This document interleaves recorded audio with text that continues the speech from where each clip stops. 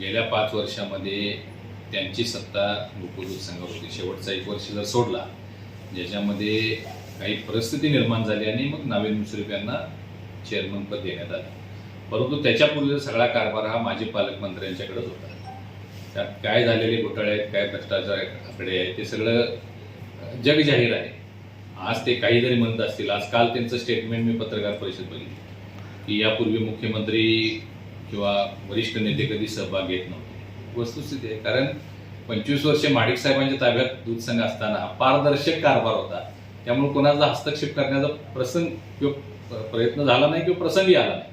परंतु गेल्या पंचवार्षिकला माननीय मुख्यमंत्री महाविकास आघाडीचे ठाकरे साहेब होते, त्यावेळी त्यामध्ये हस्तक्षेप झाला, नाहीतर यांचं पॅनलच त्यावेळी झालं नसतं. मोठ्या प्रमाणात या सगळ्या नेत्यांना एकत्रित करण्याचं काम त्यांच्या खेळीनंच ते झालेलं होतं. आणि आता जर ते म्हणजे ठीक आहे, त्यांनी आता लोकशाहीमध्ये निवडणूक लढवण्याचा अधिकार त्यांना आहे, त्यांनी पॅनलची घोषणा केली, ती नेहमीची पद्धत आहे त्यांची, ते करू देत. परंतु मी आपल्याला एवढंच सांगेन की त्यांचा 4 वर्षाचा कारभार या सगळ्या दूध संस्थांनी बघितलेला आहे. त्यांचा महापालिकेतला कारभार 15 वर्ष कोल्हापूरकरांनी बघितला, म्हणून कोल्हापूरमध्ये सत्तांतर झालं आणि आता महायुतीची सत्ता आमची आलेली आहे.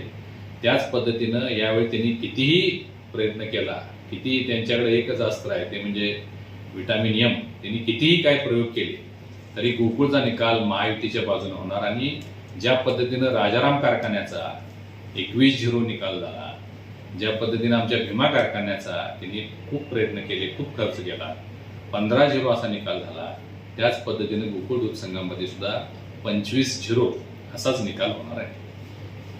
हे पहा, प्रत्येकाची आपापल्या भूमिका या निवडणुकी संदर्भात आहेत. माननीय आमदार शिवाजीराव पाटील हे आमचे भारतीय जनता पार्टीचेच घटक आमदार आहेत.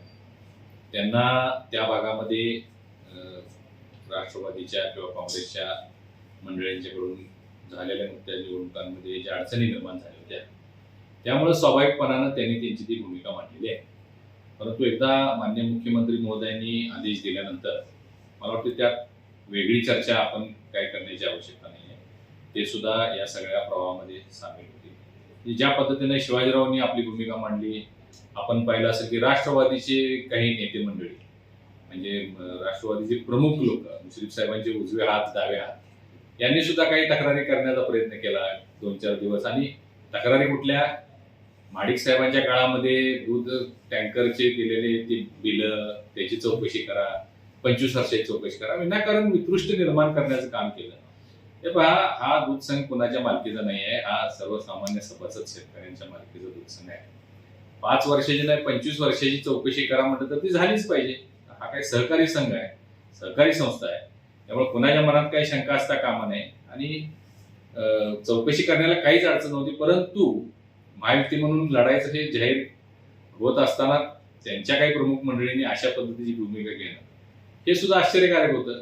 त्यांचे प्रमुख लोक होते, त्यामुळं आजपर्यंत काही विस्तृष्ट होती ती आता मिटवून निवडणुकीला सामोरं जात असताना या सगळे हेवेदावे बाजूला ठेवून निवडणुकीला सामोरं जायचं आहे.